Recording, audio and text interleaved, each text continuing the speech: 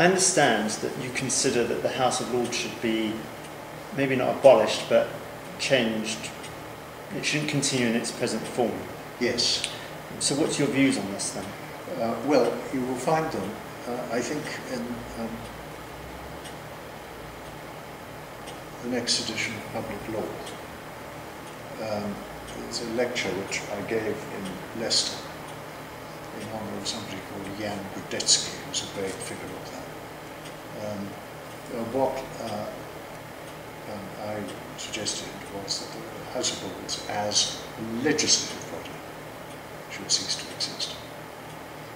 But that it should be replaced by a body, we call it anything you like, but what I was suggesting was a council for the realm, which would not make law, but which would have a statutory right and to be consulted on proposed legislation and on the detail of legislation as it went through Parliament.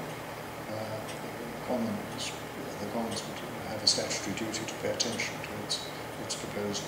And its membership would be very, very much the same as the existing membership of the House of Lords. In other words, it would have many, many more people than the House of Commons who have no political axe to grind of any kind, i.e. the crossbench element, which is currently the House of Lords.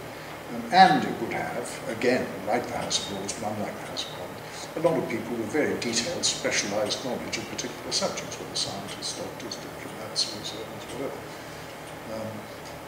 And so it would bring a very, very expert judgment to bear on legislation going through the House. Now, what I was proposing, it would be quite a big number of people, but they would attend when they were summoned to do so for a particular job of work. When they did attend, they would be paid, and they'd get their reasonable expenses, but you wouldn't get 450 people turning up every day, for instance, on any old afternoon. The bedrock of this argument is that unless the members of the House of Lords were appointed, were elected in the present role as lawmakers, they would never be regarded as democratically legitimate. But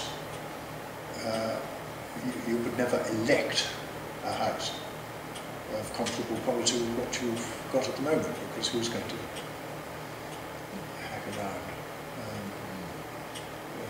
constituencies, these top scientists, diplomats, etc. It's just not going to do.